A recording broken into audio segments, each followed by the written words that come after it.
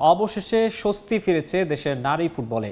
Coach Peter বাটলারের বিরুদ্ধে বিদ্রোহ করা 18 নারী ফুটবলার সহ 53 জনের সঙ্গে চুক্তি করেছে বাফুফে। বাড়ানো হয়েছে তাদের বেতনও। গত বছর অক্টোবরে টানা দ্বিতীয়বারের মতো সাফ চ্যাম্পিয়নশিপ জয়ের পরই উঠে আসে বাংলাদেশ নারী ফুটবল দলের ভেতরের নানা অসন্তোষের খবর। কোচ পিটার বাটলারের অধীনে অনুশীলন সহ না খেলার সিদ্ধান্ত নেন সাবিনা সহ 18 ফুটবলার। নানাভাবে বোঝানোর পর তাদের সঙ্গে বিষয়টি সুরাহা হলেও ঝুলে ছিল বিদ্রোহী 18 ফুটবলারের চুক্তির বিষয়টি। আগে 35 জনের সঙ্গে চুক্তি হয়েছিল, অবশেষে ওই 18 জনের সঙ্গে এবার চুক্তি সেরে ফেলেছে বাফুফে। সব মিলিয়ে বাফুফের চুক্তিবদ্ধ নারী ফুটবলারের সংখ্যা 53 জন। ভুটানে থাকায় অনলাইনে চুক্তি সেরেছেন 10 জন। তারা হলেন সঞ্জিদা মারিয়া মান্ডা, ঋতুপর্ণা, মনিকা চাকমা, মাসুরা পারভিন, কৃষ্ণারানী সরকার, রূপনা চাকমা, শামসুন্নাহার ও মাতসুশিমা সুমাইয়া।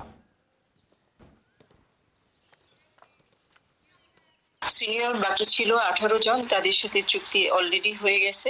আগে করা হয়েছিল 35 জনের সাথে, এখন 18 জন, মোট 53 জনের সাথে চুক্তি করা হলো। 12 জনের স্যালারি বেড়েছে। ভুটানে ওদের কন্ট্রাক্ট গুলো পাঠিয়ে দিয়েছিলাম, ওরা সাইন করে পাঠিয়ে দিয়ে, আর একইভাবে ঢাকায় যারা ছিল 8 জন, ওরা ফিজিক্যালি কন্ট্রাক্ট সাইন করেছে। স্যাটিসফাইড না হলে তো ওরা কন্ট্রাক্ট সাইন করতো না। কোচ ডিসাইড করবে কে খেলবে কে খেলবে না, কার ফিটনেস আছে নাই।